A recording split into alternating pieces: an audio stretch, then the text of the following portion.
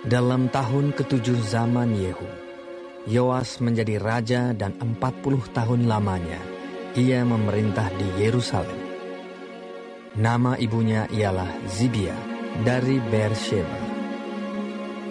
Yoas melakukan apa yang benar di mata Tuhan seumur hidupnya, selama Imam Yoyada mengajar dia. Namun demikian, bukit-bukit pengorbanan tidaklah dijauhkan. Bangsa itu masih mempersembahkan dan membakar korban di bukit-bukit itu.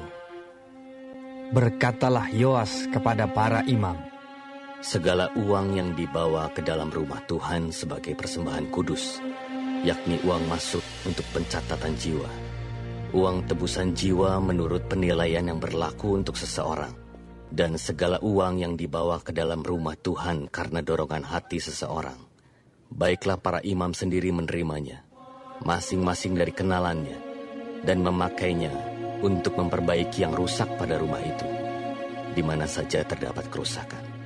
Tetapi dalam tahun ke-23 zaman Raja Yoas, para imam belum juga memperbaiki kerusakan rumah itu. Sebab itu Raja Yoas memanggil Imam Yoyada dan imam-imam lain serta berkata kepada mereka, mengapa kamu tidak perbaiki kerusakan rumah itu? Maka sekarang tidak boleh lagi kamu menerima uang dari kenalan-kenalanmu, tetapi serahkanlah itu untuk memperbaiki kerusakan rumah itu. Lalu setujulah para imam itu untuk tidak menerima uang dari rakyat, tetapi mereka pun tidak usah lagi memperbaiki kerusakan rumah itu.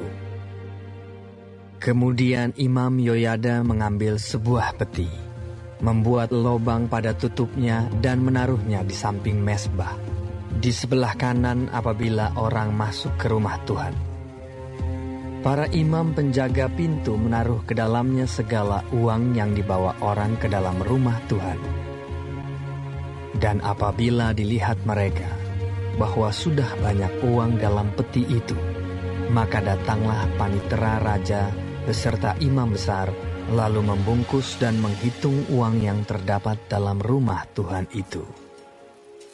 Mereka menyerahkan jumlah uang yang ditentukan ke tangan para pekerja yang diangkat mengawasi rumah Tuhan, dan mereka ini membayarkannya kepada tukang-tukang kayu, kepada tukang-tukang bangunan yang mengerjakan rumah Tuhan itu, kepada tukang-tukang tembok, dan kepada tukang-tukang pemahat batu.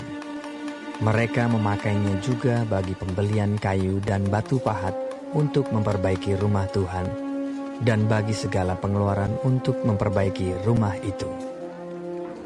Tetapi untuk rumah Tuhan tidaklah dibuat pasu perak, pisau, bokor penyiraman, nafiri, atau sesuatu perkakas emas dan perak dari uang yang telah dibawa ke dalam rumah Tuhan itu.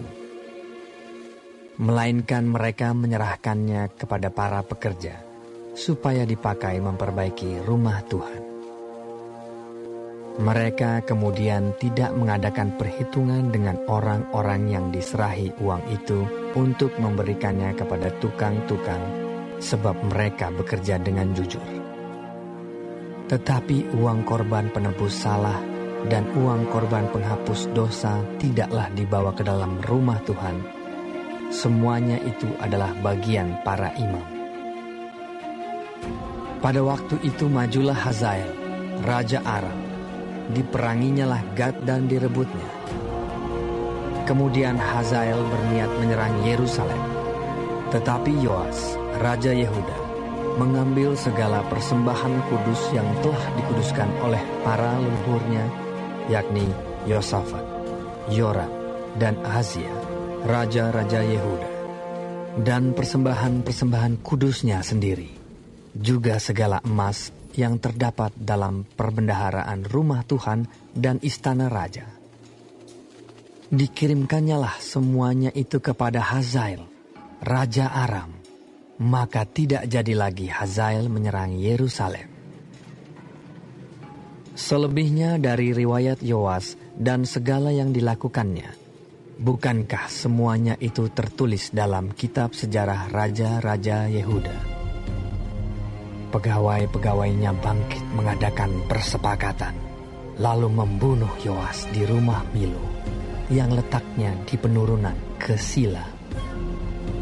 Yozakar anak Simeat dan Yozabat anak Somer ialah pegawai-pegawainya yang membunuh dia.